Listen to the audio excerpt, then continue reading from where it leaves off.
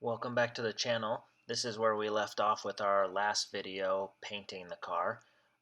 Today's video is unfortunately most of 2023 for me. We're going to be going over the custom built front knuckle to accept an axle. We're going to be tearing apart the front motor, and we're going to be starting the shaving of the engine bay.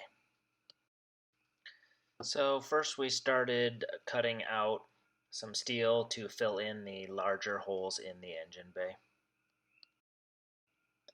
Any of the smaller screw size holes we just welded in. So here you can see all the holes are welded in, and I started using some Bondo and some metal body filler, which I ended up having to take out, but we're starting to get everything fairly smoothed out. Here's a quick look at the inside of the car.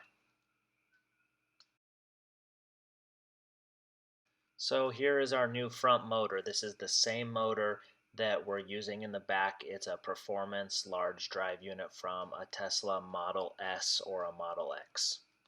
You can see how wide this drive unit is, so it's clearly not going to fit between the frame rails of the Supra. So we're going to have to remove the inverter and mount it remotely.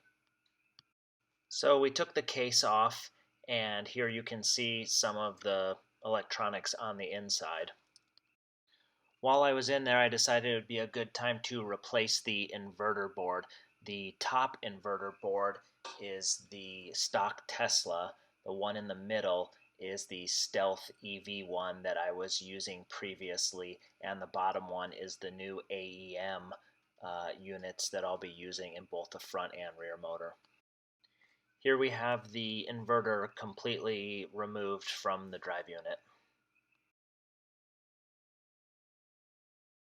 And this is the inverter with a custom block-off plate that I got from the guys at Salvage to Savage. The next big project was to figure out how we were going to make this car front-wheel drive. This is the stock suspension. Clearly you can see there is no axle there. There is a hub that is not splined. The subframe is in the way, and the coilovers are in the way. So we ended up reaching out to a designer to have a custom knuckle designed. We ended up using a C6Z06 hub. It's a 33 spline hub. They're known to handle good power. So we built around that, had a custom hub designed, and this really took a long time. This was about a 9-month process.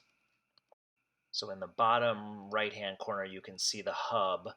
You can obviously see the axle to the left, and then above it are the 3D printed knuckle that was designed. This was our first attempt, so we had it 3D printed to see how it would fit.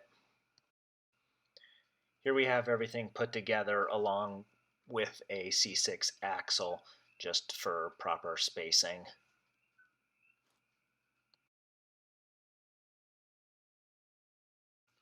It was a good idea to have these 3D printed in plastic instead of jumping right into having them made out of aluminum, because as you can see, our clearance for the lower ball joint was too close, so we actually had to move the hub up in the knuckle a few millimeters to create proper clearance.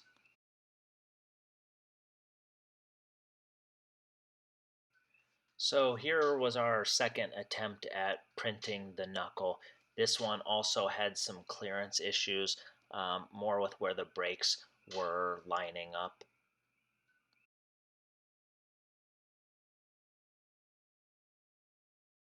We had success on our third try of printing these out of plastic.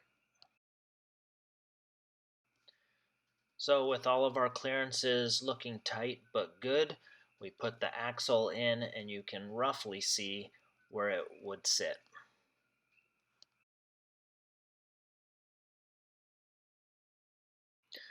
So knowing that we had the proper file, I sent it off to the CNC company and they made these out of aluminum.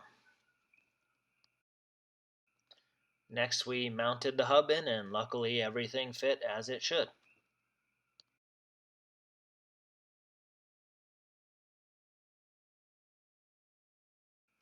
Then it was a quick installation on the car. So this takes us roughly to the end of 2023, and with this work done, I could now take the car to the fabricator so he could mount the front motor, clearance the subframe for the axles, and also figure out what we are going to do with the suspension. Thanks for watching, guys.